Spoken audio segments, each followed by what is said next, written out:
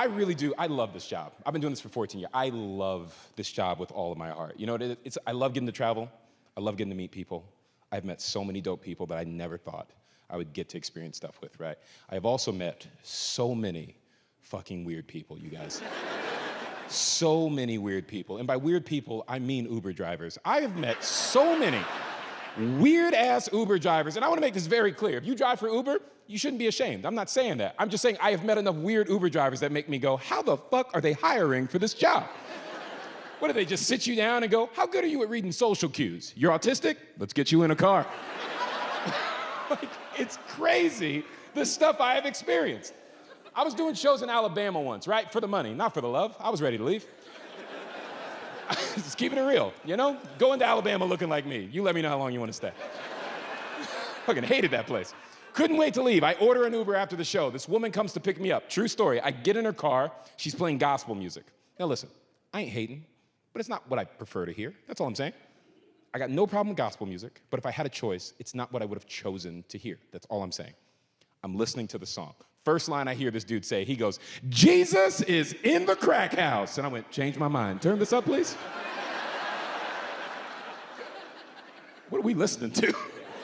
It's a real song, look it up. It's called Say His Name. Halfway through it, the dude just goes on up like a panic attack. He's like, Jesus is in the crack house. Listen, I don't know what y'all's relationship is with Jesus, but when I was growing up, he lived in your heart. When did he move to the dope spot? You know what'll catch you really off guard about hearing the lyric, Jesus is in the crack house, in a gospel song? The moment where you have to accept, that might be your favorite fucking lyric you've ever heard. That is a rough moment where you're like, I can't really think of a better one. Here's why I like the lyric. It grows on you. I have never heard a lyric that grows on you. Every time you hear a song lyric, you either like it or you don't. This one makes you go, what the fuck? I guess it's fun. I don't know. It grows on you. It's like getting a massage from a guy, you know what I mean?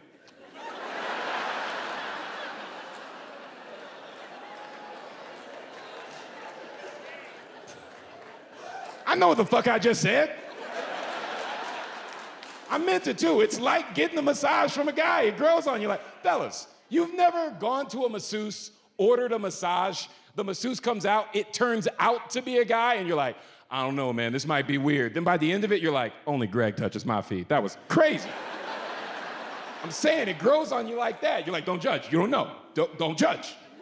I'll tell you exactly what it is about this lyric I love. The phrase, Jesus in the crack house, sounds like a perfect replacement for saying, oh my God. I can't stop using it. Every time I see some crazy shit happen, I'm just like, Jesus in the crack house. You see this shit right here? Like, I can't stop doing that. I'm telling you, next chance you get, let one out. You're gonna be like, it feels way better than I thought, man. It is addicting. Here's what I love about it the most. Doesn't even have to be the crack house. As long as it's any place you don't expect to find Jesus, still works.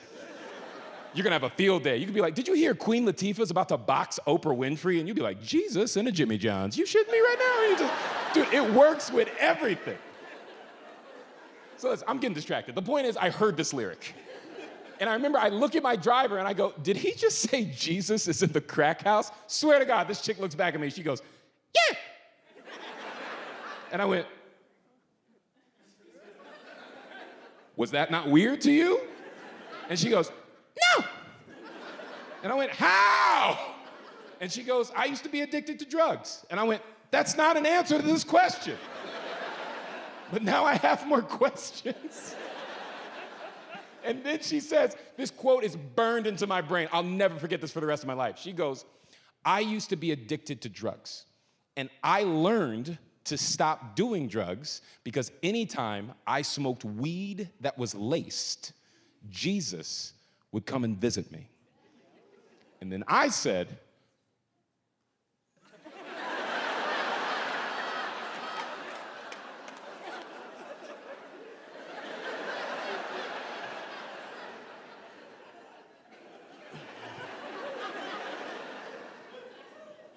that's what made you stop?